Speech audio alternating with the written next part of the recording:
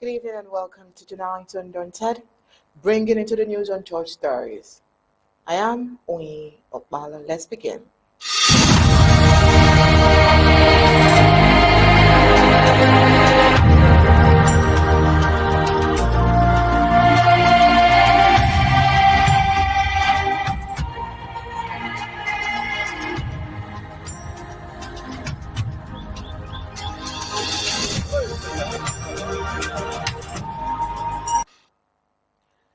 In a harrowing, disturbing discovery, two lifeless bodies were found in a bush near Mile 6 Nkwen, Mason County, Amazonia's Midland Zone, on Saturday, May 10, 2025. The young men who appear to have been shot had their hands tied behind their backs, suggesting possible execution style killings. These gruesome findings has left residents in a state of panic, wondering who might be next. This tragic incident is not an isolated event, but a symptom of the broader conflict that has plagued Amazonia for nearly a decade. The war has been marked by severe violence, displaced, and human rights abuses, leaving many communities in a state of perpetual fear and uncertainty. The people of Amazonia have endured unimaginable hardships, which includes loss of lives. So far, civilians, including women and children, have been caught in the crossfire, with many losing their lives or loved ones. Displacement, many have been forced to flee their homes, seeking refuge in other parts of the country or neighboring nations. Fear and trauma, the constant threats of violence, has left deep psychological scars, with many living in fear of their lives. How about human rights abuses? Reports going around shows the extrajudicial killings, torture, and other forms of abuse that have been documented, but nothing has been done about it. But then we know that this has further exacerbated the humanitarian crisis. How much more can Amazonians bear? Is one of the questions begging for answers. Well, while you're trying to answer that, let's get the prime headlines.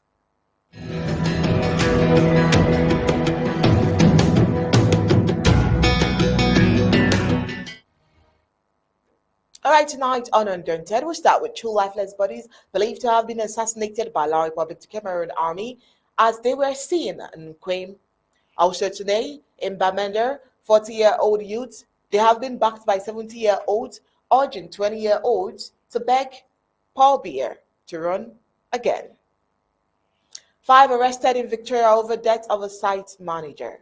Also tonight, in La Republic de Cameroon, three teenagers have been arrested for experimenting homemade firearms production in Yaoundé. All the Africans seen Captain Ibrahim Traoré emerges as Pan-African leader.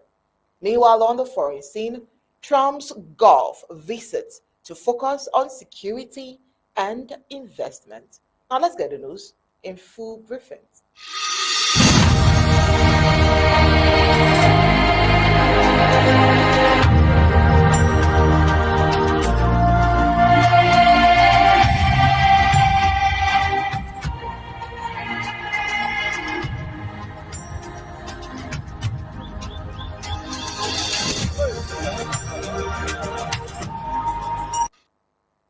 Residents of Mile 6 Nkwen in Mason County of the Midland Zone of the Federal Republic of Amazonia left shock and fear early Saturday, May 10, 2025 morning after discovering two lifeless bodies in the nearby bush. The deceased, identified as young men, appear to have been shot and left at the scene the previous night. These type of incidents is becoming a common occurrence as the war in Amazonia enters its ninth year. Those who arrived first at the scene found the bodies reported disturbing details. Both men had visible gunshot wounds and their hands were tied behind their backs, suggesting possible execution killing styles. Well, according to an eyewitness, says we saw the corpses lying face down with their hands tied. It was clear they were shot. Another said it is clear that the victims were tagged as Ambazonian State Army by the colonial army before executing them, and their bodies were later dumped in the area. The colonial authorities, as usual, are silent, as to them, Ambazonian lives do not matter. Inhabitants are certain of the perpetrators. Though no one has claimed responsibility, many believe the colonial soldiers carried out a summary execution.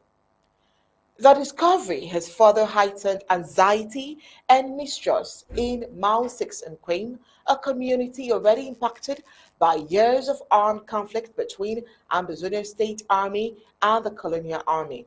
Residents are demanding transparency, accountability, and renewed peace.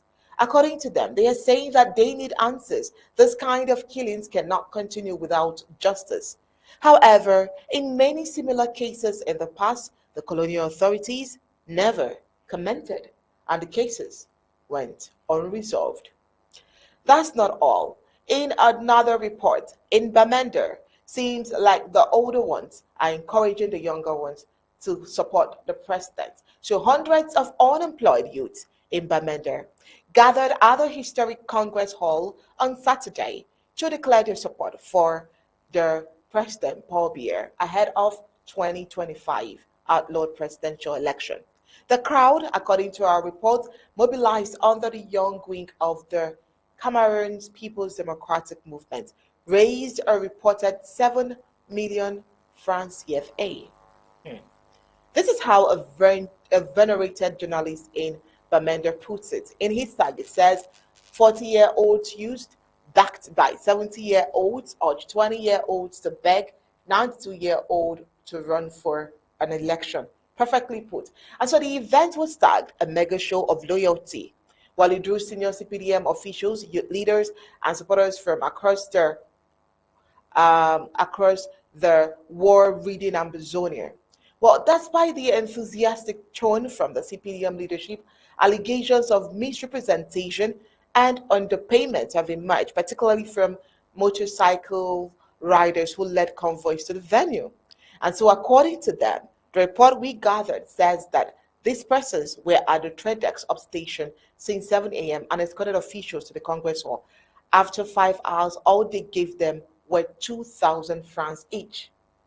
Well, another participant expressed dissatisfaction with the portrayal of their role. He says 2,000 francs is too small for a bike rider for 5 hours, and to think they used us to say we the youth have declared support. That makes me sad. So we already know what is the foundation of this. And so sources indicate that riders were initially promised 5,000 francs worth of fuel, leading to the frustration when expectations went unmet. So the political climate in Bamanda remains highly tense. The rally has sparked widespread debate over the authenticity of youth support for Paul Biya, particularly as Bamanda battles chronic unemployment, infrastructure decay, and a protracted war that has claimed many young lives. And so the question is, why didn't they even pay these fake supporters the amount they were supposed to pay? Some participants asserted that recent appointments of local figures and promises of developmental projects motivated them. However, some youth reported that expectations of financial compensation played a significant role as they received less than half of the promised 5,000 francs. There is a growing concern that such rallies are less about political conviction and more about immediate financial incentives, said a Bamanda-based political analyst, which is what it is. The colonial regime has made Amazonia vulnerable by making them poor. The poor, because of colonial imposed hardship, will easily be lured by a meager sum of 2,000 francs to run behind selfish politicians for a whole day. But then let's think about it critically. At 92 years old, President Paul Biya, who has ruled the Cameroon since 1982, plans to seek another 7-year mandate in October 2025 presidential election. So whether the 7 million francs CFA youth donation represents genuine support or not, it clearly shows that it is a calculated political maneuver which remains a matter of public scrutiny. Well, that's not all. In Victoria over the weekend, we reported that 5 people have been arrested following the death of Mr. Ndinga, a site manager and property owner. His disappearance led to a police investigation after his wife had reported him missing upon his failure to return home. His remains were later found buried in a shallow grave at a site where Judge Abel, his site supervisor, had lured him to take, and 4 other men hired by Abel attacked him. And so this full report says that in Victoria, colonial authorities have arrested 5 individuals connected to the death of Mr. Ndinga, a well-known site manager and property owner in Mao 2 area. The investigation began when Mr. Ndinga was reported missing by his wife after he failed to return home. The deceased was last seen when his site supervisor, Judge Abel, invited him to Key Village to discuss a possible land purchase near a quarry. Unfortunately, he was attacked upon arrival by 4 men hired by Abel.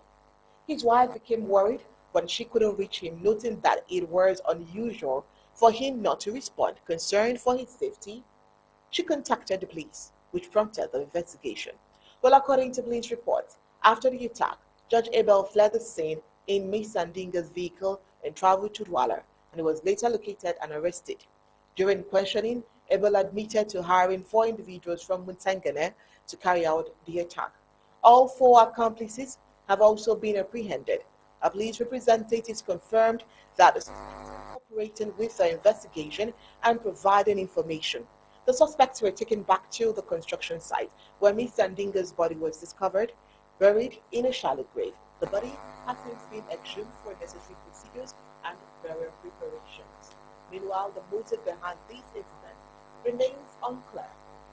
An attempt has been made to gather more details about the case.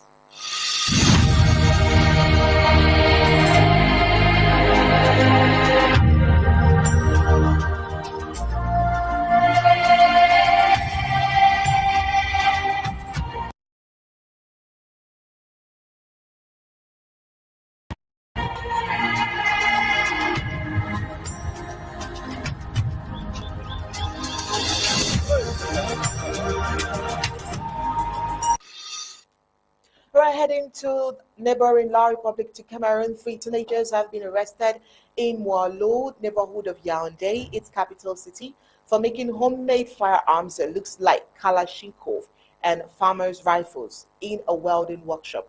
A 4th person managed to escape. La Republic to Cameroon has brought up claims accusing those underage boys of possible connections to local armed groups in the ongoing Amazonian war. Boys found in Yaoundé are, of course, somehow traced to come from Amazonia. Oh well. The 3 boys, aged 15 to 17, were taken into custody in Yaoundé after being seen making homemade firearms in a welding workshop where they were apprentices. The owner allegedly discovered the activities when he returned early from a family funeral and found sketches and metal parts lying around. The colonial local police were alerted and arrested the 3 teenagers, while the 4th managed to escape. Several of the so-called makeshift firearms had already been assembled and were confiscated. It is being said that these teens hail from the Midland zone of Amazonia, an area that has been deeply impacted by the ongoing war declared by La Republic to Cameroon for over 8 years, leading to an ongoing violence and unrest. Although the youngsters have no prior criminal records, it is feared that their actions could have a serious consequence given La Republic to Cameroon's ruthless approach in handling such matters. The colonial government is notorious for labeling people directly or indirectly involved in such activities as terrorists or amber fighters, even those who are mere victims. What may have started as a simple experiment could now lead to harsh penalties. La Republic to Cameroon authorities now claim they are looking into any possible links to the armed groups through the boys, especially with national unity celebrations coming up, which adds to the tension in Amazonia. As of now, it is unclear what will happen to the arrested teenagers despite the fact that it is quite probable to predict their outcomes. And the Amazonians, well, would definitely get to find out as time goes on. Coming in right after the break is news across Africa.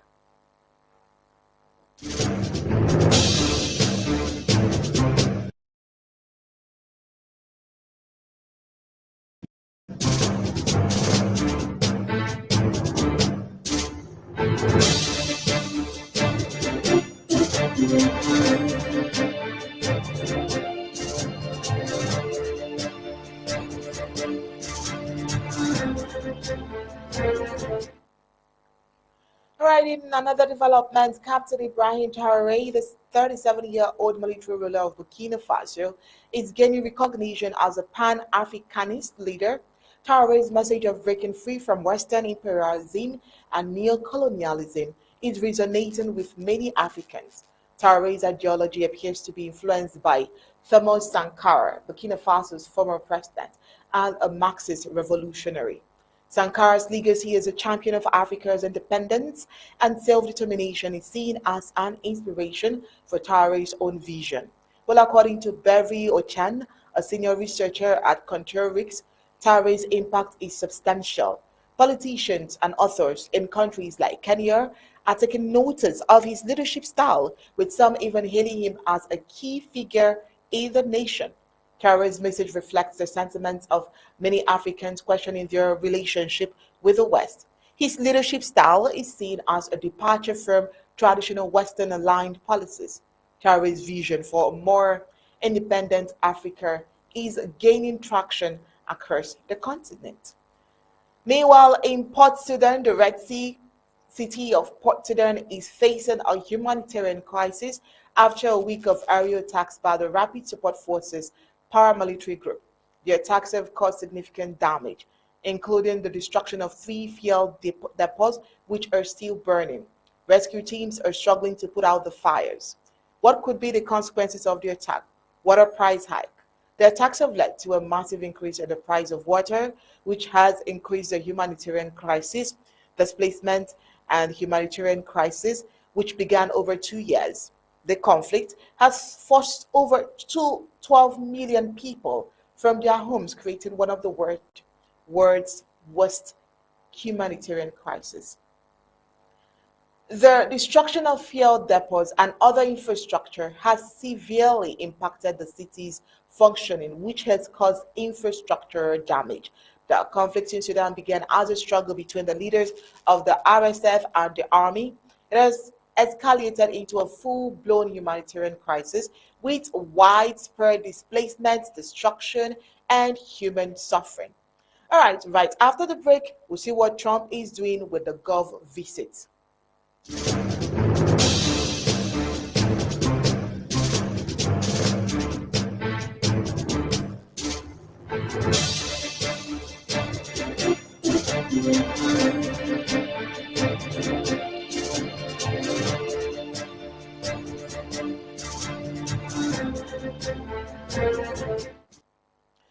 US President Donald Trump is set to visit Saudi Arabia, Qatar, and the United Arab Emirates. Well, this visit is set to strengthen ties with key Gulf allies. The trip will prioritize security partnerships, energy diplomacy, and investment opportunities. Experts major deals on infrastructure, tech ventures, and defense, as well as discussions on regional conflicts like Yemen and Gaza. Both sides anticipate tangible gains in this transactional approach to foreign policy. Meanwhile, here is what we expect. We expect threatening security partnerships, which is containing Iran's nuclear ambition and reinforcing Gulf-led peace efforts in Yemen. Well, we think that it will be top priority. Trump will likely seek reassurance from Gulf leaders that any nuclear deal with Tehran would compromise their security. Even energy diplomacy. Oil production and prices will feature predominantly in talks, with Trump aiming to balance US desire for affordable fuel with respect for Saudi's economic goals and its renewable energy and climate adaptation. It may also be discussed. Investment opportunities as well. Trump will pursue major new investments from Saudi Arabia, Qatar, and the UAE into U.S. infrastructure, energy, and technology ventures. Now, Saudi Arabia, Trump will attend a summit in Gulf Cooperation Council leaders hosted by Saudi Crown Prince Mohammed bin Salman, focusing on energy prices, security cooperation, and potential investments in the U.S. economy. In Qatar, talks with Qatari Emir Tamim bin Hamad Al Thani make cover Qatar's role in brokering Gaza ceasefire and easing the humanitarian crisis. A Trump branded real estate project is also in the pipeline. So a lot is going to happen. United Arab Emirates meeting with UAE President Mohammed bin Zayed Al Zenin will likely focus on deepening economic ties, including the UAE's $1.4 trillion investment commitment for over 10 years. So this visit tends to reflect the transactional nature of Trump's foreign policy, with both sides anticipating tangible gains, of course. So the exclusion of Israel from Trump's itinerary is raising serious concerns about U.S. priorities in the Middle East and Iran's advancing nuclear capabilities complicates diplomatic efforts in all of this. Meanwhile, on the other end, Indian Pakistan tensions is creating history when it comes to conflict. And so the relationship between India and Pakistan is multifaceted and straightened root in historical events dating back to the partition of British India in 1947. The partition led to massive population exchange, violence, and territorial disputes, particularly over Jammu and Kashmir. Partition of British India, which was in 1947. The division of British India into India and Pakistan resulted in one of the largest mass migration in history, with over 50 million people displaced and an estimated death toll between several hundred thousand to 1 million. The Kashmir conflict. The Kashmir region has been a major point of contention, with both countries claiming sovereignty. So this dispute has sparked several wars and skirmishes, which includes the Indo-Pakistani War of 1947, which from our research we found that it was the first war between India and Pakistan. The Indo-Pakistan War of 1965, a war sparked by Pakistan's Operation the Gilbachar, aimed at infiltrating Jammu and Kashmir. The Bangladesh Liberation War of 1971. India intervened in the East Pakistan, supporting the Bengali populace, leading to the independence of Bangladesh. Even the Kargil War of 1999, a conflict by Pakistan infiltration into Kashmir. And so the current tension says, although a ceasefire has been in place since 2003, both countries continue to exchange fire across disputed border. India accuses Pakistan of supporting terrorist groups in Kashmir, while Pakistan denies this allegation. Well, despite these efforts, the relationship between India and Pakistan remains highly fragile, with both countries holding a negative view of each other's influence. According to research, a 2017 BBC World Service poll found that only 5% of Indians views Pakistan influence positively, while 85% expresses a negative view. And so, similarly, 11% of Pakistanis view India's influence positively, with 62% expressing a negative view.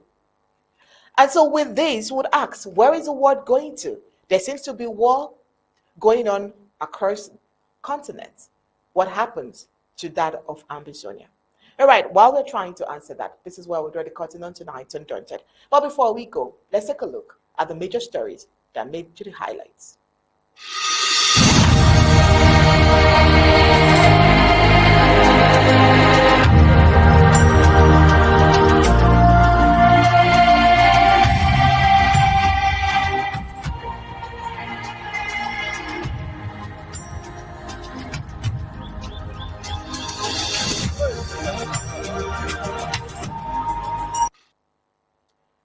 tonight on Undaunted, we told you that two lifeless bodies believed to have been assassinated by La Republic of Cameroon army were seen in Nkwen.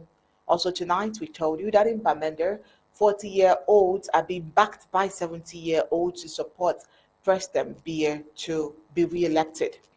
Also tonight, we reported that 5 has been arrested in Victoria over death of a site manager. Also, 3 La Republic de Cameroon teenagers have been arrested for experimenting homemade firearms on the African scene. We told you that Captain Ibrahim Traoré is emerging as Pan-African leader, while Trump's Gulf visit to focus on security and investment is becoming a world tour. That's it for tonight's Undaunted. Bringing into the news untold stories. On behalf of the technical crew behind tonight's production, sincerest apologies for not being able to bring Barrister Bates here in the house. Hopefully tomorrow he'll be able to join Undaunted News Bulletin for 8 p.m. Until then, do well to have yourself a wonderful evening. Good night and God bless.